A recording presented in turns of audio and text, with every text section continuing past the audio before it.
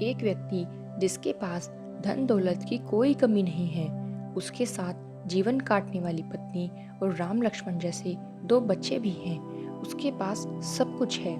फिर एक दिन उस व्यक्ति के मन में भगवान को पाने की लालसा जगी।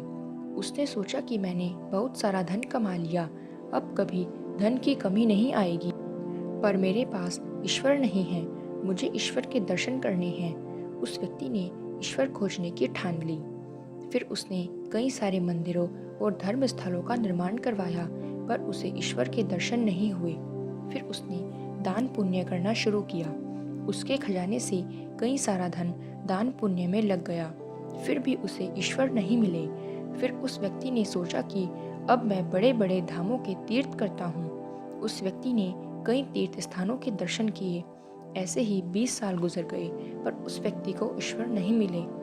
भगवान को पाने की कोशिश करते करते वो इंसान थक गया और आखिरकार वो एक दिन महात्मा बुद्ध के पास गया और कहने लगा, महात्मा, मैं 20 साल से ईश्वर को खोज रहा हूँ, पर मुझे ईश्वर कहीं भी नहीं मिले। क्या आप मुझे ईश्वर पाने का कोई मार्ग दिखा सकते हैं? उस व्यक्ति की बातें सुनकर महात्मा बुद्ध उससे पूछने लगे कि सुनो बालक, ईश्वर खोजना कोई बड़ी बात नहीं है, वह तो बड़ी आसानी से मिल जाते हैं।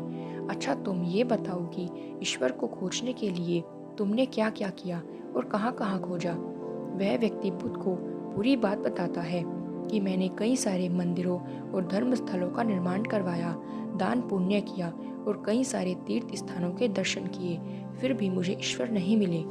महात्मा बुद्ध उसकी बातें सुनकर हंस पड़े और कहा, ठीक है, तुम्हें ईश्वर के दर्शन करने हैं ना, तुम शाम के वक्त मेरे पास आ जाना, तुम्हें ईश्वर मिल जाएंगे। वो सज्जन खुश होकर चला गया कि मुझे आज ईश्वर के दर्शन होंगे। फिर कुछ देर बाद संध्या होने का समय आ गया, पर महात्मा बुद्ध संध्या होने से पहले कुछ ढूंढने लगे। शिष्यों ने आकर पूछा, गुरुजी, आप क्या ढूंढ रहे हैं? महात्मा बुद्ध ने बताया कि मेरे पास एक कीमती मोती था, परंतु वो कीमती मोती कहीं खो गया है, उसे ही ढूंढ रहा हूँ। महात्मा बुद्ध की बात सुनकर शिष्य भी उस मोती को ढूंढने में लग गए। सभी मोती को ढूंढ ही रहे थे कि इतने में वह व्यक्ति भी वहां पहुंच गया और उसने देखा कि कुटिया के बाहर महात्मा बुद्ध और उनके शिष्य कुछ ढूंढ रहे हैं।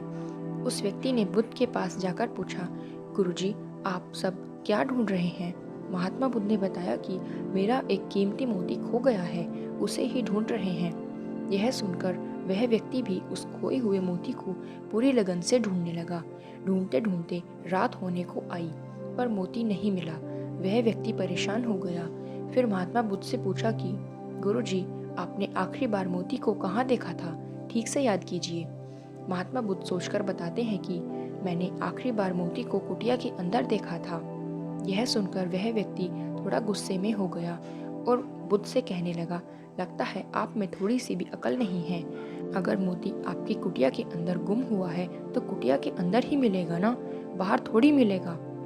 आप सब व्यर्थ में बाहर इधर उधर ढूंढ रहे हैं और मुझे भी अपने साथ ढूंढवा रहे हैं।